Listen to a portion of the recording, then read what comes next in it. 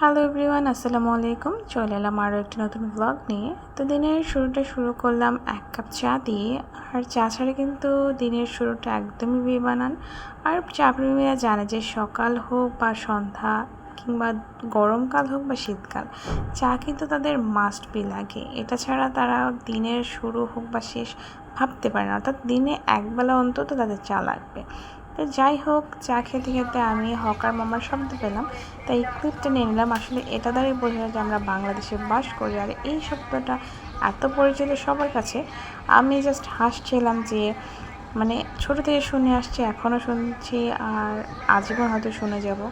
তো যাই হোক, এইটা শুনতে শুনতে আমি ভাবছিলাম কী করা যায়। দেখি যে আম্মু রান্না শুরু করে দিয়েছে, তো এই জন্য আমার আর কিছু করা হলো না, আমি জাস্ট রেস্ট করলাম। তো আম্মু আজকে রান্না করেছিল মাছের ডিম, এটা হচ্ছে কাতলা মাছের ডিম, আর সাথে রান্না করেছে সিম তরকারি শুটকি দিয়ে। আর এটি কিন্তু একদম শুকনো করে রান্না করেছিল।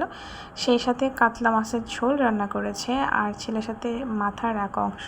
আর এটি কিন্তু খুবই মজা হয়েছিল। আর আমরা তিনজন মানুষ দিয়ে কিন্তু রান্নার একটু অল্প পরিমাণে হয়, তারপরে তিনজন অনুযায়ী বেশি রান্না হয়। আর এখানে আছে মাছের ডিম একদম বড়ার মতো ভাজা, জাস্ট তেলে ফ্রাই করেছে, এটা আমার খুব প্রিয়। তো যাই হোক, বিকেলের আকাশটা এত সুন্দর ছিল, আমি জাস্ট তাকিয়েছিলাম জানালা থেকে। দেন আমি বারান্দায় গেলাম এই ক্লিপটা নেওয়ার জন্য। আর উপরের গাছগুলো দেখা যাচ্ছিলো আমাদের চারতলা থেকে, খুবই সুন্দর লাগছিল আকাশটা।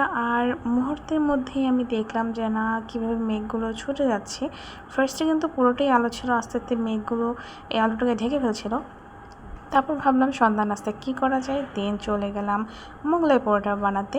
আর মোগলাই পরোটা বানাতে কিন্তু ফার্স্টে চিনি আর একটু তেল ভালো করে দিলে এটার ডোটা অনেক সফট হয়।